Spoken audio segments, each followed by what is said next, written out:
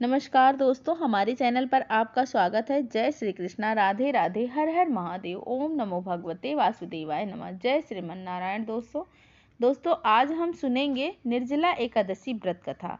आइए चलिए सुनते हैं निर्जला एकादशी व्रत कथा। उससे पहले जान लेते हैं कि निर्जला एकादशी व्रत कब रखा जाएगा। आइए जानते हैं।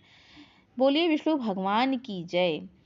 निर्जला एकादशी ज्येष्ठ मास के शुक्ल पक्ष की एकादशी को रखा जाता है और जैसा कि नाम से ही पता चल जाता है कि निर्जला व्रत रखने का विधान है। यह व्रत सबसे कठिन एकादशी में से माना जाता है, इसीलिए इसके नियमों का पालन करना बहुत ही महत्वपूर्ण है ताकि व्रत खंडित ना हो और व्रती को इसका पूरा फल मिल सके। द्रव पंचांग के अनुसार सामर्थ्य यानी गृहस्थ लोग 6 जून शुक्रवार को व्रत रखेंगे और अगले दिन 7 जून को पारण करेंगे, जबकि वैष्णव यानी साधु सन्यासी समाज के लोग 7 जून को व्रत रखेंगे और 8 जून को इसका पारण करेंगे। एकादशी व्रतों में सर्वाधिक महत्वपूर्ण एकादशी होती है। इसे निर्जला एकादशी या भीमसेनी एकादशी भी कहा जाता है।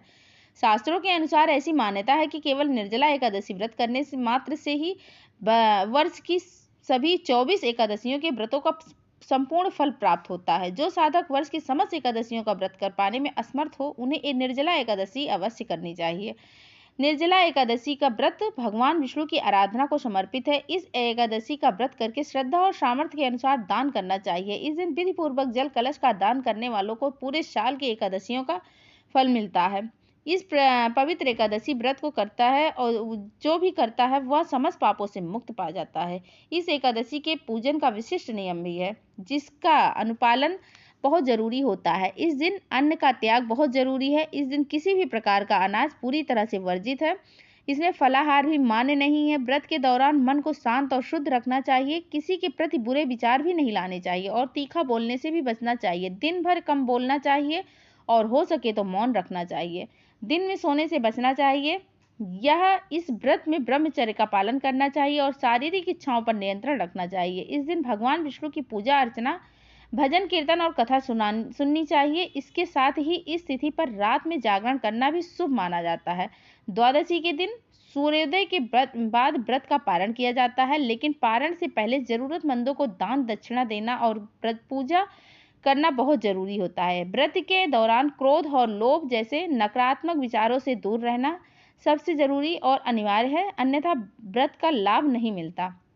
निर्जला एकादशी की व्रत कथा एक बार जरूर सुनिए। चलिए आइए निर्जला एकादशी व्रत कथा सुनते हैं। एक बार भीमसेन व्यास जी से कहने लगे कि हे पितामह, भ्राता युधिष्ठिर, माता कुंती, द्रौपदी, अर्जुन, नकुल और सहदेव आदि सब एकादशी का व्रत करने को कहते हैं, परंतु महाराज मैं उनसे कहता हूँ कि भाई मैं भगवान की शक्ति पूजा आदि तो कर सकता हूँ, दान भी दे सकता हूँ, परंतु भोजन के बिना नहीं रह सकता। इस पर व्यास जी कहने लगे, भीमसेन, यदि तुम नरक को बुरा और स्वर्ग को अच्छा समझते हो तो प्रति मास की दोनों एकादशियों को अन्न मत खाया करो। भीम कहने लगे कि पितामह, मैं तो पहले ही कह चुका हूं कि मैं भूख सहन नहीं कर सकता। यदि वर्ष भर में कोई एक भी एकादशी हो तो व्रत रख सकता हूँ, क्योंकि मेरे पेट में वक्र नाम वाली अग्नि है, सो मैं भोजन किए बिना नहीं रह सकता। भोजन करने से वह शांत रहती है, इसीलिए पूरा उपवास तो क्या, एक समय भी बिना भोजन के हम रहना कठिन होता है। अतः आप मुझे कोई ऐसा व्रत बताइए जो वर्ष में केवल एक बार ही करना पड़े और मुझे स्वर्ग की प्राप्ति हो जाए। श्री व्यास जी कहने लगे कि हे पुत्र, बड़े बड़े ऋषियों ने बहुत शास्त्र आदि बनाए, जिनमें बिना धन के थोड़े परिश्रम से ही स्वर्ग की प्राप्ति हो सकती है। इसी प्रकार शास्त्रों में दोनों पक्षों की एकादशी का व्रत मुक्ति के लिए रखा जाता है। व्यास जी के वचन सुनकर भीमसेन नरक में जाने के लिए नाम से भयभीत हो गए और कांप कर कहने लगे कि अब क्या करूं, मास में तो 2 व्रत तो मैं नहीं रख सकता। हाँ, वर्ष में एक व्रत का प्रयत्न अवश्य कर सकता हूँ। अतः वर्ष के एक दिन व्रत करने से यदि मेरी मुक्ति हो जाती है तो ऐसा कोई व्रत मुझे बताइए। यह सुनकर व्यास जी कहने लगे कि वृषभ और मिथुन की संक्रांति के बीच ज्येष्ठ मास के शुक्ल पक्ष की जो एकादशी आती है उसका नाम निर्जला एकादशी है। तुम उस एकादशी का व्रत करो। इस एकादशी के व्रत में स्नान और आचमन के सिवा जल वर्जित है। आचमन में 6 मास से अधिक जल नहीं होना चाहिए, अन्यथा वह मद्यपान के सादृश्य हो जाता है। इस दिन भोजन नहीं करना चाहिए, क्योंकि भोजन करने से व्रत नष्ट हो जाता है। यदि एकादशी को सूर्योदय लेकर द्वादशी के सूर्योदय तक जल ग्रहण न करें तो उसे सारी एकादशियों के व्रत का फल मिल जाता है। द्वादशी को सूर्योदय से पहले उठकर स्नान आदि करके ब्राह्मणों को दान आदि देना चाहिए। इसके पश्चात भूखे और सतपात ब्राह्मण को भोजन कराकर फिर आप भोजन पर खुद भोजन कर लेना चाहिए। इसका फल पूरे 1 वर्ष की संपूर्ण एकादशियों के बराबर होता है। व्यास जी कहने लगे, भीमसेन, यह मुझको स्वयं भगवान ने बताया है। इस एकादशी का पुण्य समस्त तीर्थों और दानों से अधिक है।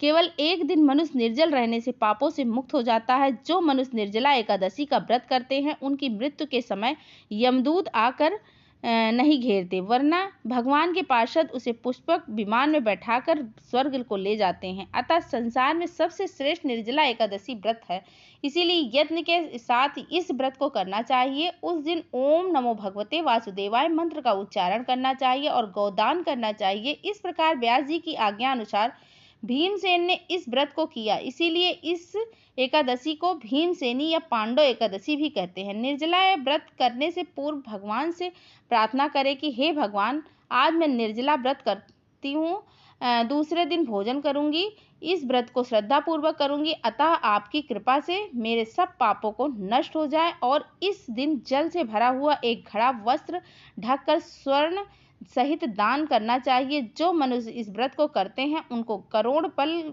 सोने के दान का फल मिलता है, और जो इस दिन यज्ञ आदि करते हैं उनका फल तो वर्णन ही नहीं किया जा सकता।